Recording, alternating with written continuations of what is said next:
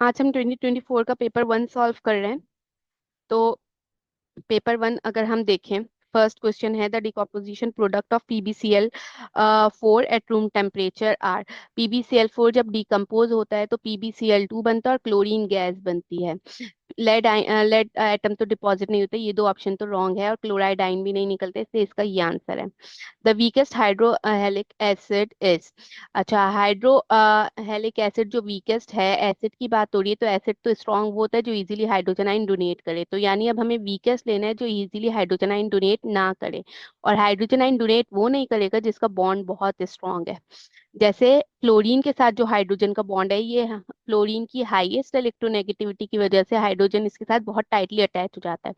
Bond इसका strong होने की वजह से ये इजीली हाइड्रोजन डोनेट नहीं करता, इसलिए वीकेस्ट एसिड बनता है HF। ठीक है। Number 3 the oxide of periodic table period 3 that will produce an acidic solution of an aqueous medium is. देखो, एसिडिक ऑक्साइड की बात हो रही है, नॉन मेटल बनाते हैं एसिडिक ऑक्साइड, मेटल्स बनाते हैं बेसिक ऑक्साइड, और एल्यूमिनियम बनाता है एम्फोटेरिक ऑक्साइड। तो और अगर हम ऑप्शंस देखें तो इन सब ऑप्शंस में एल्यूमिनियम, मैग्नीशियम, सोडियम तीनों मेटल है, सिर्फ एक नॉन मेटल है। तो यहाँ तो आपको अगर याद भी नहीं है ना, आप odd one out rule use करते हुए आप इसे पिक कर सकते हैं कि ये इसका आंसर करेक्ट है, और नॉन मेटल सारे बनाते हैं एसिडिक ऑक्साइड। अच्छा, number 4 the first ionization energy generally decreases down the group in the periodic table because there is an increase in. Ionization energy top to bottom decrease होती किस वजह से? देखो, atomic radius top to bottom increase होता है, increase in पूछा है ना, तो एटॉमिक रेडियस तो इंक्रीज होता है, नंबर ऑफ शेल इंक्रीज होते जाते हैं। न्यूक्लियर चार्ज इंक्रीज नहीं होता, न्यूक्लियर चार्ज पीरियड में इंक्रीज होता है। ठीक है, नंबर ऑफ प्रोटॉन और इलेक्ट्रॉन बड़े होते हैं। इलेक्ट्रॉन एफिनिटी भी डिक्रीज हो रही होती है, electron affinity, ionization energy, electronegativity, तीनों का सेम ट्रेंड है।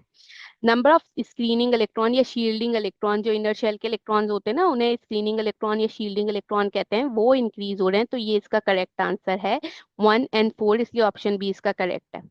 Number 5, all of the following trends are observed in period 3 element when moving from left to right in the periodic table except a gradual। देखो, left to right जब हम move करेंगे किसी इस period में, period 3 में, तो लेफ्ट साइड पे मेटल्स हैं, नॉन मेटल्स हैं राइट हैंड साइड पे। ठीक है, तो अब हमें ये जहन में रखते हुए प्रॉपर्टीज देखनी है। Increase in their metallic melting point accept पूछा है, जो रॉन्ग प्रॉपर्टी है वो बताना है। मेटल्स का मेल्टिंग पॉइंट ज्यादा होता है, नॉन मेटल्स का कम होता है, तो लेफ्ट टू राइट तो जब हम मूव करेंगे मेल्टिंग पॉइंट कम हो जाना चाहिए, जबकि यहाँ लिखा हुआ है इंक्रीज। बाकी भी देख लेते हैं। Change in their oxides from basic to acidic, तो ये सही है, अभी मैंने बताया कि मेटल के बेसिक ऑक्साइड है, नॉन मेटल के एसिडिक ऑक्साइड है। Change in the type of bonding from ionic to covalent, ये भी सही है, मेटल्स बनाते हैं ionic bond, non metals covalent bond.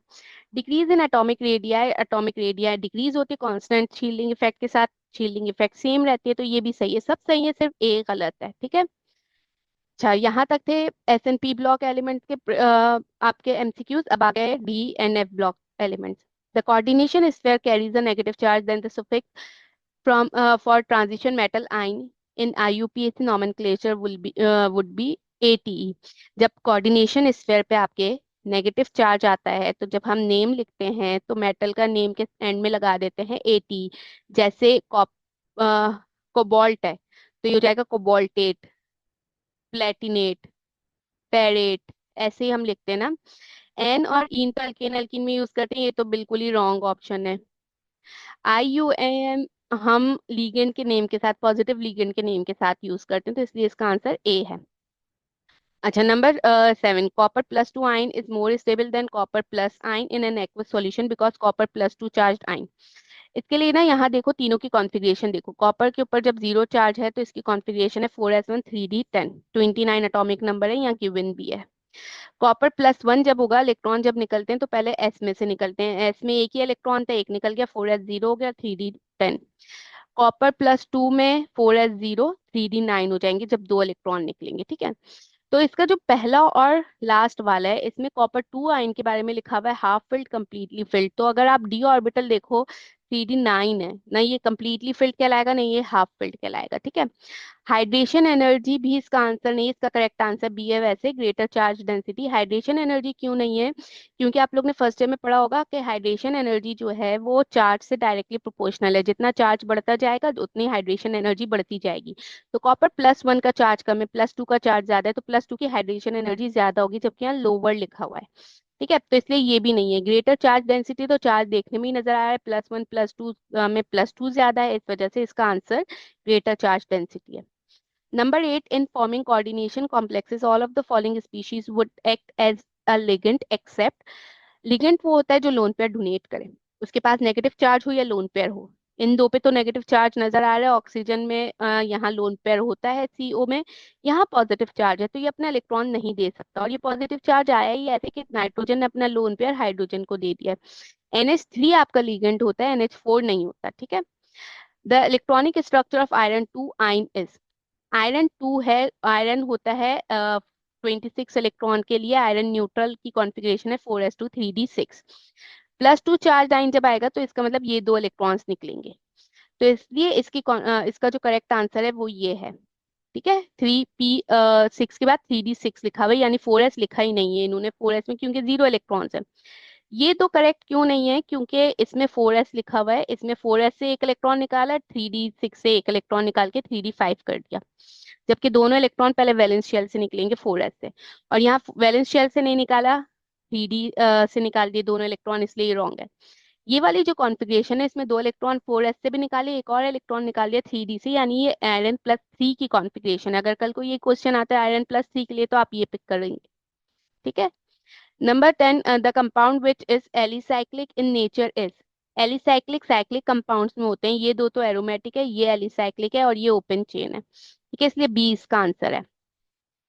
Number 11, all of the following amino acid molecule exhibit stereo isomerism except, देखो stereo isomerism exist करता है जहां पे एटलीस्ट 1 कायरल सेंटर हो। अब इन सब कंपाउंड्स में देखो कहाँ कायरल सेंटर है, ये कार्बन सेंटर है, ये कार्बन सेंटर है, यहाँ 2 सेंटर है, और यहाँ भी 2 सेंटर है। डी से स्टार्ट करते हैं। अगर इस कार्बन को हम देखें, कायरल सेंटर वो है जिसके चारों साइड पे डिफरेंट कार्बन डिफरेंट बॉन्ड्स हो, डिफरेंट ग्रुप्स अटैच हो। तो अगर ये सेंटर कायरल सेंटर है तो इसके चारों साइड पे डिफरेंट ग्रुप्स अटैच होंगे, तो इसके NH2 अटैच है एक साइड पे COH है, एक साइड पे CH2 और एक साइड पे यहाँ पे हाइड्रोजन है। 3 बॉन्ड्स बने हुए नजर आ रहे हैं, तो चौथे बॉन्ड पे हाइड्रोजन है, तो ये चारों बॉन्ड्स डिफरेंट है। इसमें तो कायरल सेंटर आ गया, तो ये एग्जिबिट करेगा स्टीरियो आइसोमेरिज्म। इसी तरह यहाँ भी कायरल सेंटर आ गया, देखने में ही नजर आ रहा है, किसी भी कार्बन को ले लो, इन ये दोनों कायरल सेंटर है, यहाँ NH2, यहाँ COH, यहाँ H और यहाँ CH। तो यहाँ भी कायरल सेंटर है, यहाँ भी स्टीरियो आइसोमेरिज्म एग्जिस्ट करेगी, यहाँ भी एग्जिस्ट करेगी, क्योंकि यहाँ भी यही केस है, CH3 NH2 COH और H। यहाँ पे ये जो सेंटर है इसके दोनों साइड पे सेम ग्रुप्स हैं, जब सेम ग्रुप्स आ जाए तो ये कायरल सेंटर नहीं हो सकता, जब ये कायरल सेंटर नहीं है तो यहाँ स्टीरियो आइसोमेरिज्म एग्जिस्ट नहीं करेगी। तो क्वेश्चन में एक्सेप्ट पूछा है, इसलिए इसका आंसर ए है। Number 12, the compound that contains a carbonyl group is, carbonyl group ये वाला ग्रुप होता है, सिर्फ वो एल्डिहाइड कीटोन में नहीं होता है, एस्टर और कार्बोक्सिलिक एसिड में भी होता है। ये आपका ईथर है, ये अल्कोहल है, ये भी अल्कोहल है, लेकिन ये एक एस्टर है, तो एस्टर में कार्बोनाइल ग्रुप होता है, ये बहुत आसान था, इसलिए आंसर सी है। Number 13, in the nitration of benzene, the reaction between nitric acid and sulfuric acid generates an electrophile, that is, electrophile वो होता है जिसके ऊपर पॉजिटिव चार्ज हो, और नाइट्रेशन ऑफ बेंजीन में NO2 आपका इलेक्ट्रोफाइल होता है जो नाइट्रिक एसिड और सल्फ्यूरिक एसिड से जनरेट होता है। इसके ऊपर पॉजिटिव चार्ज है, तो इसका नाम बताना है आपको, और आपको पता है पॉजिटिव आइंस के नेम्स के एंड में IUM लगता है, जैसे हाइड्रोनियम, अमोनियम, तो इसलिए इसका आंसर डी है। अगर आपको नहीं भी पता, नहीं भी याद आ रहा, तो ये कॉमन सेंस यूज करके आप पिक कर सकते हैं answer. Number 14, the reaction of chlorine with toluene and dark in the presence of catalyst FeCl2 at low temperature yields, अब ये जो आपका क्लोरीन है ना, ये एक्टिवेटिंग ग्रुप है, जो ऑर्थो पैरा डायरेक्टिंग ग्रुप्स होते हैं। एक्टिवेटिंग ग्रुप्स वो होते हैं जो इलेक्ट्रोनेगेटिव होते हैं, ये जिनके पास लोन पेयर होते हैं। ये इलेक्ट्रोनेगेटिव ग्रुप है, इलेक्ट्रॉन डेंसिटी बढ़ा देता है बेंजीन रिंग पे, जिसकी वजह से ये एक्टिवेट कर देता है, रिएक्टिविटी बेंजीन रिंग की बढ़ा देता है, इसलिए ये ऑर्थो पैरा डायरेक्टिंग ग्रुप है। इसके अपोजिट NO2 है, जैसे NO2 डीएक्टिवेटिंग ग्रुप है, ये मेटा डायरेक्टिंग ग्रुप है, ये इलेक्ट्रॉन अपनी तरफ खींच लेता है, क्योंकि इसके ऊपर या तो पॉजिटिव चार्ज हो या लोन पे सॉरी या फिर पाई बॉन्ड हो। यहाँ NO2 के स्ट्रक्चर में नाइट्रोजन ऑक्सीजन के बीच में डबल बॉन्ड होता है, पाई बॉन्ड होता है, तो इसलिए इलेक्ट्रॉन को अपनी तरफ खींच लेते हैं, ये मेटा डायरेक्टिंग ग्रुप्स होते हैं। अब ये दो ऑप्शंस में मेटा डायरेक्टिंग ग्रुप्स लिखा हुआ है, तो ये क्लोरीन के लिए तो गलत है, ये ऑर्थो पैरा डायरेक्टिंग ग्रुप्स है। लो टेम्परेचर पे दोनों प्रोडक्ट्स बनेंगे, ऑर्थोक्लोरोटोलीन और पैराक्लोरोटोलीन, इसलिए ऑप्शन सी इसका आंसर है।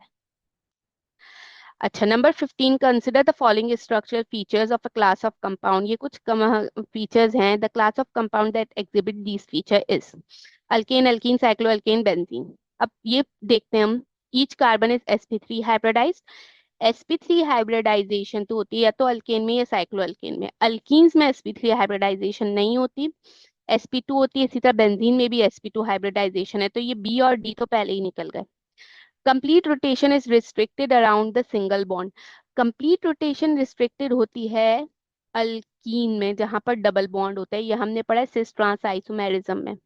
सिस ट्रांस आइसोमेरिज्म अल्कीन में क्यों पॉसिबल है, ये मैंने बताया, जो डबल बॉन्ड है ना उसमें एक पाई बॉन्ड है। पाई बॉन्ड में अगर मैं इसे यहाँ से होल्ड करूँ तो फिर इसे यहाँ से मॉलिक्यूल को रोटेट नहीं कर सकती, अदरवाइज पाई बॉन्ड ब्रेक हो जाएगा। अब ये रोटेट नहीं कर सकती ना, तो ये रोटेशन कहलाती है रिस्ट्रिक्टेड रोटेशन। ये होती है अल्कीन में। अल्कीन के अलावा ये साइक्लो अल्केन में भी होती है। जैसे साइक्लो अल्केन है, इसे मैं यहाँ से पकड़ती हूँ और इसे रोटेट करूँ तो ये बॉन्ड ब्रेक हो जाएंगे बीच के, क्योंकि साइक्लिक स्ट्रक्चर है ना। तो ये रिस्ट्रिक्टेड रोटेशन साइक्लो अल्केन में भी होती है, इसलिए इसका आंसर साइक्लो अल्केन है। सिंपल अल्केन क्यों नहीं है, अगर मैं यहाँ से पकड़ूँ और इसे रोटेट भी कर दूं कोई बॉन्ड ब्रेक नहीं होगा, गोल गोल घूमता रहेगा मॉलिक्यूल, किसी बॉन्ड पे फर्क नहीं पड़ेगा। तो रिस्ट्रिक्टेड रोटेशन अल्कीन मैंने डिस्कस किया था सिस ट्रांस आइसोमेरिज्म के वक्त की, अल्कीन में होती है और साइक्लो अल्केन में भी होती है, ठीक है। Number 16, the molecule of ethyne, the total number of sigma and pi bonds are. बहुत इजी है, फर्स्ट ईयर लेवल का क्वेश्चन है। ये आपका इथाइन है। इथाइन में आपके दो सिग्मा बॉन्ड हाइड्रोजन और कार्बन के बीच में, एक सिग्मा बॉन्ड कार्बन कार्बन के बीच में, तो ये टोटल होगा 3 सिग्मा बॉन्ड और 2 पाई बॉन्ड्स, तो ट्रिपल बॉन्ड में होते ही हैं। Number 17, the compound which can be used as an alternate to chlorofluorocarbon in refrigeration is, ये environmental chemistry का start हो गया।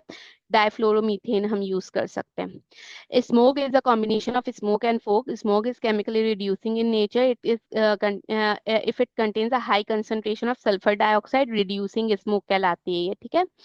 Number 19, one of the parameter to check water purity in electrical conductivity which measures the amount of ions in water, क्योंकि conductivity की बात हो रही है, conductivity ions से related है। ions होंगे तो conduct करेगा water electricity, अदरवाइज नहीं, तो इसलिए ऑप्शन ए है। Number 20, the application of green chemistry in industrial sector does not help to में यहाँ ये आएगा increase the yield of non biodegradable product. यहाँ पे नॉन बायोडिग्रेडेबल प्रोडक्ट की प्रोडक्शन इंक्रीज नहीं करती ग्रीन केमिस्ट्री, बायोडिग्रेडेबल की प्रोडक्शन इंक्रीज करती है। रिड्यूस हाजर्डस वेस्ट, तो ये सही है। Reduce the use of petrochemical products, ये भी सही है। Increase consumption by making safer product, ये भी सही है ग्रीन केमिस्ट्री के लिए, ये रॉन्ग है। तो यहाँ नॉट हेल्प वाली चीज बतानी है आपको, ठीक है। Number 21, all of the following are true about SN2 reaction except that they are। अच्छा, SN1 पोलर में होता है, SN2 नॉन पोलर में होता है, तो ये नॉन पोलर सॉल्वेंट SN2 के लिए करेक्ट है। ऑलवेज अकर विद पार्शियल रेजिमाइजेशन, रेजिमाइजेशन होती है जिसमें रेजिमिक मिक्सचर बने, और रेजिमिक मिक्सचर क्या है, दो आइसोमर्स का मिक्सचर, ऐसा मिक्सचर जिसमें दो आइसोमर्स 50-50% एग्जिस्ट करते हैं, और ये होता है SN1 में, SN2 में नहीं होता, इसलिए ये इसका करेक्ट आंसर है। बाकी सब भी देख लो, SN2 के लिए ये एक्सेप्ट वाली चीज पूछ रहा है। Involve the formation of transition state, SN2 में सिंगल स्टेप रिएक्शन होता है तो ट्रांजिशन स्टेट बनती है। इन्वर्जन ऑफ कॉन्फ़िगरेशन होता है क्योंकि उसमें ट्रांजिशन स्टेट बनती है, तो जिस साइड से लिविंग ग्रुप हो उसी साइड से आपका न्यूक्लियोफाइल आकर अटैक नहीं कर सकता, अपोजिट साइड से करता है, तो इन्वर्जन ऑफ कॉन्फ़िगरेशन फॉर्म होती है। जबकि SN1 में क्या होता है, देखो उसमें कार्बोकैटाइन बनता है, कार्बोकैटाइन का स्ट्रक्चर ट्राइगोनल है इस तरह। जब ये स्ट्रक्चर बनता है तो कुछ मॉलिक्यूल्स में न्यूक्लियोफाइल इस साइड से आके अटैच होता है, कुछ में इस साइड से आके अटैच होता है। तो 50% कंपाउंड वो बनता है जिसमें इस तरफ लेफ्ट हैंड साइड पे न्यूक्लियोफाइल है, 50% कंपाउंड वो बनता है जिसमें राइट हैंड साइड पे न्यूक्लियोफाइल है। तो 50-50% दो आइसोमर्स कंपाउंड बन गए। ऐसे मिक्सचर को जिसमें दो आइसोमेरिक कंपाउंड्स हों हम कहते हैं रेजिमिक मिक्सचर, और वो ये प्रोसेस कहलाता है रेसिमाइजेशन। ये एग्जिस्ट करता है SN1 में, नॉट इन SN2, ठीक है। Number 22, the polar nature of NH bond in amines results in, polar nature की वजह से मेल्टिंग एंड बॉइलिंग पॉइंट दोनों हाई हो जाएगा, ये बहुत आसान है। Pyridine is a basic heterocyclic amine, अच्छा ये याद करने वाली चीज है, ये पायरिडीन का स्ट्रक्चर ये है। Number 24, when butyl magnesium bromide reacts with carbon dioxide, butyl magnesium bromide Grignard's reagent है, कार्बन डाइऑक्साइड से रिएक्ट करके कार्बोक्सिलिक एसिड बनाता है। जितने कार्बन यहाँ एक कार्बन कार्बन डाइऑक्साइड का भी ऐड होगा, उससे एक नंबर ज्यादा कार्बन वाला बनेगा कंपाउंड, तो ब्यूटाइल से पेंटानोइक एसिड बनेगा यहाँ। Number 25, the carboxylic acid derivative which is least reactive acid amide है। अगर पूछा जाता है मोस्ट रिएक्टिव तो वो होता है acyl halide, A. Number 26, the structure of organic compound which is prepared by replacing the active hydrogen of CH3COH with an alkyl group। Active hydrogen लिखा हुआ है तो ये वाला हाइड्रोजन जो रिमूव होता है इसकी जगह अल्काइल ग्रुप आ जाए तो एस्टर बनेगा, तो एस्टर यहाँ पे ए है, ठीक है। Number 27, the resultant X and Y in these steps are, X Y बताने हैं। देखो क्या हो रहा है कि ये मिथेनॉल है, उसकी ऑक्सीडेशन हो रही है, कंपाउंड बना एक्स, उसकी फर्दर ऑक्सीडेशन हो रही है तो वाई बना। अल्कोहल की ऑक्सीडेशन से बनता है एल्डिहाइड, एल्डिहाइड की ऑक्सीडेशन से कार्बोक्सिलिक एसिड, इसलिए ऑप्शन ए आंसर है। ऑक्सीडेशन का रिवर्स प्रोसेस है रिडक्शन, तो कार्बोक्सिलिक के रिडक्शन से बनेगा आपका एल्डिहाइड, फिर एल्डिहाइड के रिडक्शन से अल्कोहल, ठीक है। और same number of carbon atoms रहेंगे, मीथेनॉल से फॉर्म एल्डिहाइड, फॉर्मिक एसिड बनेगा। Number 28, the molecules of formic acid exist as dimers in vapour phase due to. देखो डायमर आपका क्या होता है,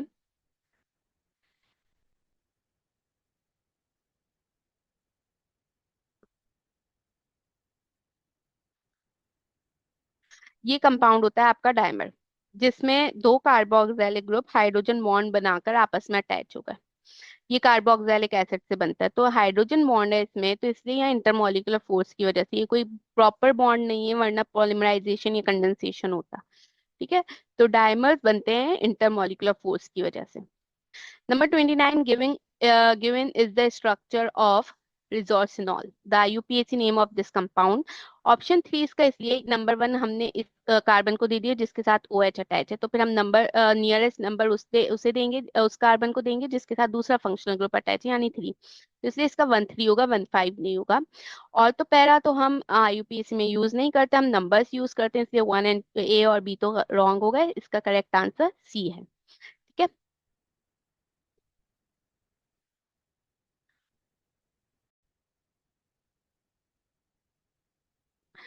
अच्छा नंबर 30 पे थे हम। Which of these compounds react immediately with Lucas reagent and forms an oily layer by turning the solution turbid. तो प्राइमरी सेकेंडरी टर्शरी अल्कोहल का डिफरेंस है इसमें, ये वाला प्राइमरी है, ये सेकेंडरी है, ये टर्शरी है और ये सेकेंडरी है, टर्शरी में होता है, तो इसलिए ऑप्शन बी इसका करेक्ट आंसर है। Number 31, diazonium salt is formed as an intermediate during the preparation of phenol from। Diazonium salt किससे बनता है, कौन से अमाइन से इजीली बनता है? अच्छा इसमें सारे अमाइन है ही नहीं, सिर्फ एक ही है, बहुत आसान है ऑप्शंस के अकॉर्डिंग तो। एनिलीन। एनिलीन, हाँ एनिलीन ये प्राइमरी अमाइन से बनता है।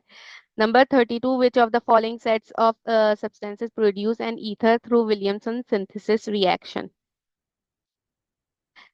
इसका क्या आंसर होगा?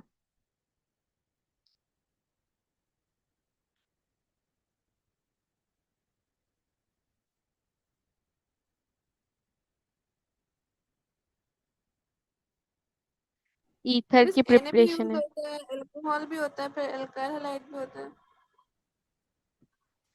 दो सिर्फ स्टेप्स में होता दो स्टेप्स में होता है, NaOH होता है, अल्काइल हैलाइड होता है है।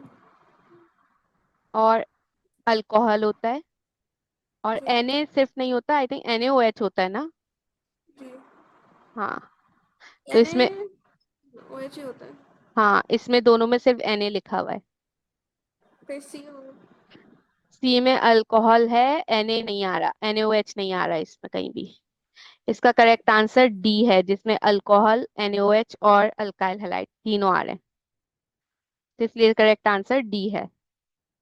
नंबर 33, इन कोल्ड स्टेट, ये ईथर दिया हुआ है, is unable to react with sodium metal because of the absence of. Sodium metal से रिएक्ट क्यों नहीं करेगा, किस चीज की एब्सेंस की वजह से? हाइड्रोक्सिल ग्रुप, एसिडिक हाइड्रोजन, आयनिक फंक्शनल ग्रुप, sp3 हाइब्रिडाइजेशन। सी।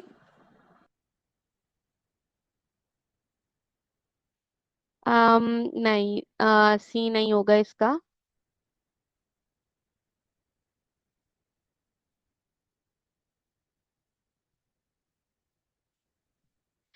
इसका करेक्ट आंसर है बी। देखो, सोडियम मेटल से रिएक्ट करते हैं एसिड। ये एक एसिड नहीं है और इसके पास एसिडिक हाइड्रोजन नहीं है, इस वजह से रिएक्ट नहीं करेगा। इसके पास हाइड्रोक्सिल ग्रुप भी नहीं है, इसके पास आयनिक फंक्शनल ग्रुप भी नहीं है, इसके पास ऑक्सीजन की sp3 हाइब्रिडाइजेशन तो है, एब्सेंस ऑफ पूछा है ना, तो ये तो करेक्ट वो sp3 हाइब्रिडाइजेशन होती है इसमें। ये तीन चीजें हैं जो नहीं होती। और अगर हम ऑक्सीजन के ऊपर लोन पेयर को देख लें तो हम कह सकते हैं, लेकिन नहीं, आयनिक बॉन्ड नहीं बनता ना। तो ये तीनों चीजें इसमें नहीं होती, लेकिन इन तीनों चीजों की वजह से ये सोडियम मेटल से रिएक्ट नहीं करता। कोई एक चीज है जिसकी वजह से सोडियम मेटल से रिएक्ट नहीं करता। तो मेटल से रिएक्शन होता है एसिड्स का। एसिडिक नेचर नहीं है इसकी, इस वजह से इसका मेटल से रिएक्शन नहीं होगा। ठीक है, इसलिए इसका आंसर बी है। Number 34, which of the following ketone will have the lowest boiling point? कुछ कीटोन गिवन है, चेन बढ़ती जा रही है, सबसे कम बॉइलिंग पॉइंट किसका है? क्या? जो कम नंबर होगा तो उसका कम होगा। हाँ, यानी ए, जिसमें नंबर ऑफ कार्बन एटम्स है उसके बॉइलिंग पॉइंट भी कम है। ऑप्शन ए इसका करेक्ट आंसर है। Number 35, the product of the given reaction is. Sodium bisulphide के साथ रिएक्शन है ए। कीटोन का। हाँ, कीटोन है ये, acetone. A. Sodium salt of sulphonic acid, ठीक है। Number 36. An organic compound X undergoes two different reactions, oxidation and reduction, and the results are as follows. Oxidation में X कन्वर्ट हो गया कार्बोक्सिलिक एसिड में, और reduction में X convert हो गया अल्कोहल में। Based on these result the structure of X is identified as.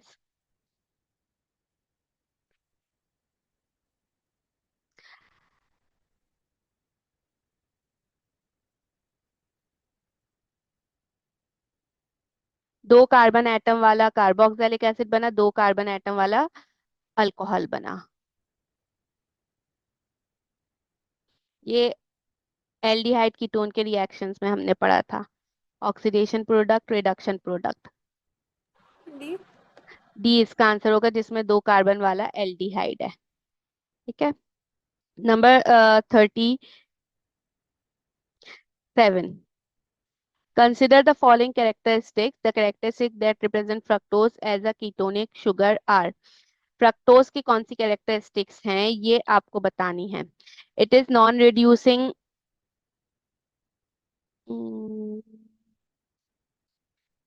It is disaccharide, it gives a positive result with Fehling's test, it gives a positive result with Benedict test.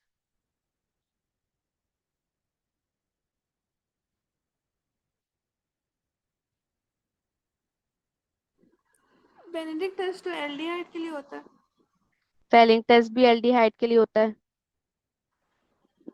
Hmm. 1 and 2।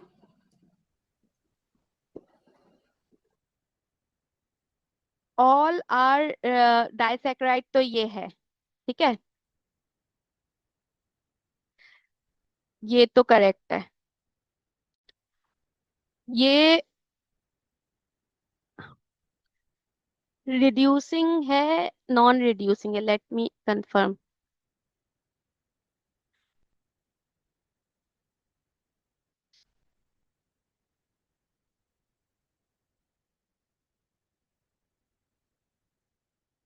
नहीं, fructose disaccharide कब है?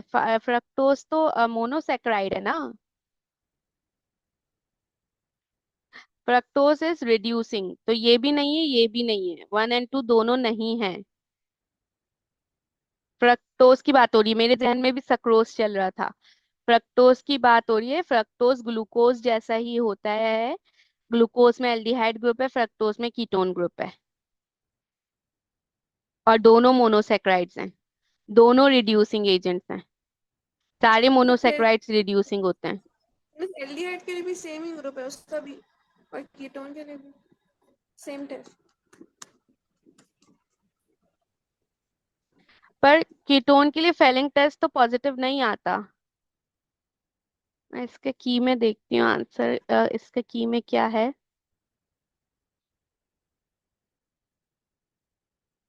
37 का D, D है की में, यानी ये है 3 और 4। हाँ यही है।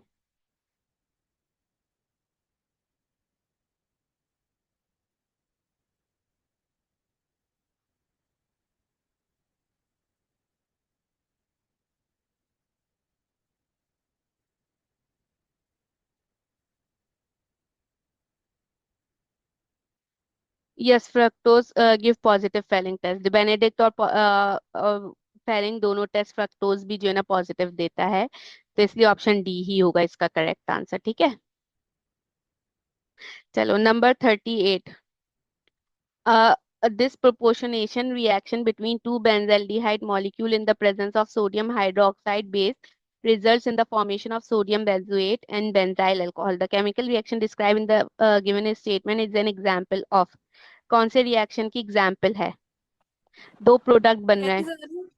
कैनिजारोज रिएक्शन, एल्डोल कंडेंसेशन में एक ही रिएक्शन, एक ही प्रोडक्ट बनता है इन सब में।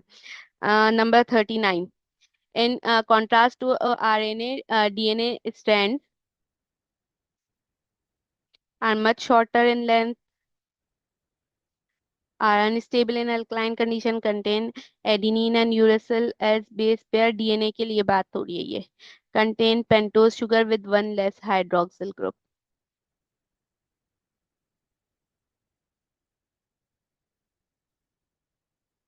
क्या होगा इसका करेक्ट आंसर?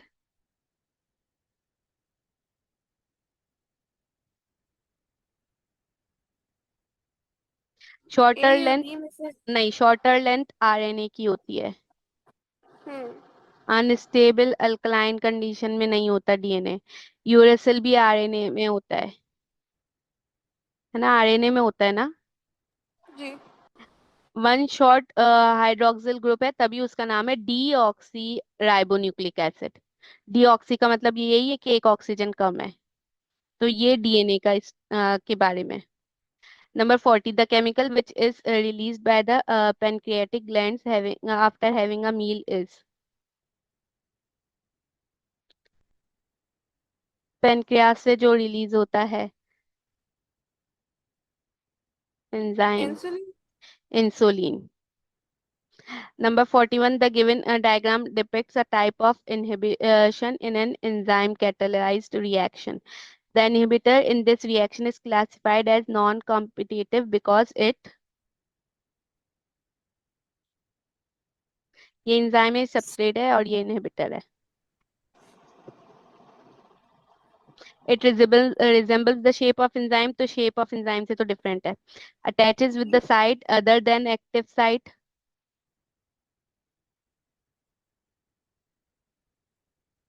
नॉन कॉम्पिटिटिव तभी, तभी बनता है जब किसी और साइड से अटैच हो जाए, तो बी इसका करेक्ट आंसर है। Number 42. The characteristic feature of the primary structure of a protein molecule is the twisting of alpha and beta pleated sheets। Primary structure की बात हो रही है। Sequence of amino acids in a polypeptide chain, three dimensional folding of polypeptide, bridging of two. अच्छा, B ही है इसका answer, क्योंकि प्राइमरी की बात हो रही है, ये सब सेकेंडरी और टर्शरी स्ट्रक्चर को एक्सप्लेन कर रहे हैं। Number 43, all of the following are the significances of dyes except that they are used in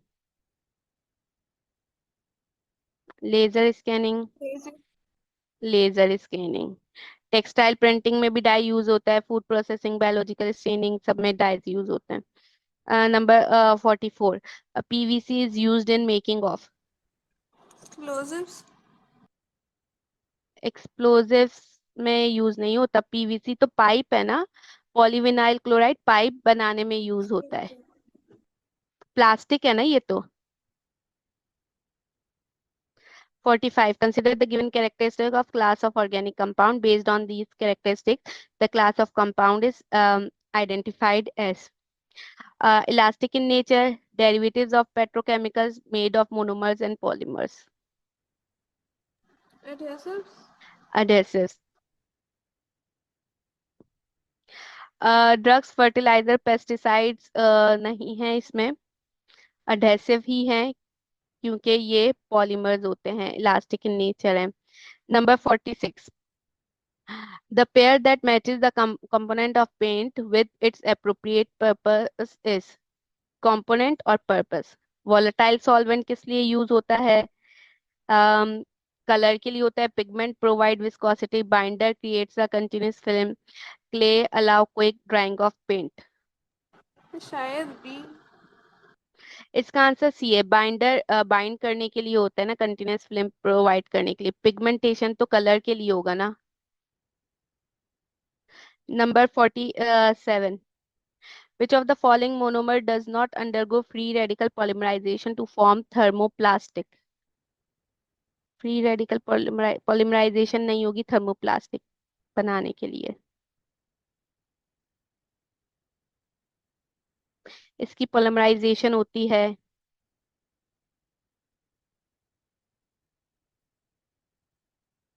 इसमें भी डबल बॉन्ड है, इसकी भी पॉलीमराइजेशन होती है, इसमें भी. इथीन सब में है, पॉलीथीन तीनों में बनता है, इसमें इथीन नहीं है. आई थिंक बी होगा इसका आंसर, मुझे कंफर्म भी करने दो. 47 का, 47 का बी. यस, बी है इसका answer. 48. The correct sequence of the 5 stages in the working of a mass spectrometer is. Sequence बतानी है, सबसे पहले क्या होता है, फिर क्या होता है, फिर क्या होता है. सबसे एंड में डिटेक्शन होती है, तो ये तो पता है. तो ऑप्शन बी या डी में से कोई है.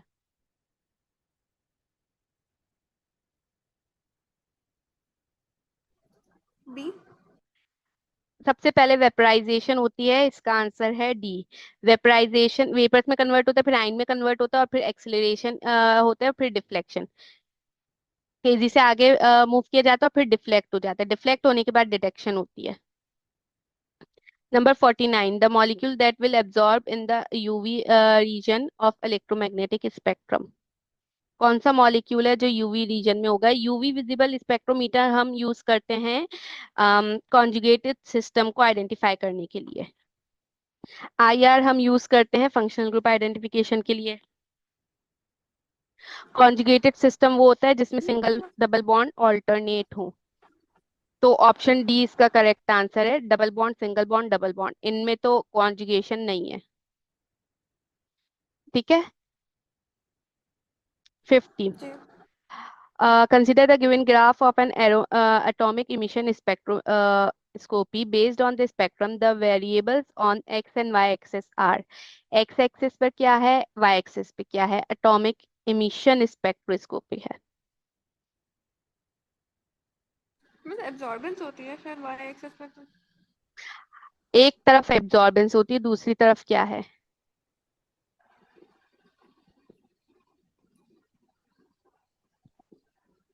कंसंट्रेशन. यस, मेरा भी ये ख्याल है, इसका कंसंट्रेशन ही है. एब्जॉर्बेंस यहाँ होती है, ये आईआर स्पेक्ट्रम में भी यही होता है, और दूसरे स्पेक्ट्रम में भी यही होता है. एब्जॉर्बेंस यहाँ होती है और कंसंट्रेशन यहाँ. कंसंट्रेशन और वेवलेंथ, इसका आंसर की मैं देखूं, आंसर की में इसका इरेज हुआ हुआ है नहीं. सी लग रहा है मुझे, सी ही है कंसंट्रेशन. वाई एक्सिस पे तो एब्जॉर्बेंस है. ठीक है, तो ये आज हम इतना ही रखते हैं. पेपर 1 हमने डिस्कस कर लिया है, नेक्स्ट क्लास में इसके ना पेपर 2 भी कर लेंगे. ठीक है, सही. चलो, अल्लाह हाफिज. अल्लाह हाफिज.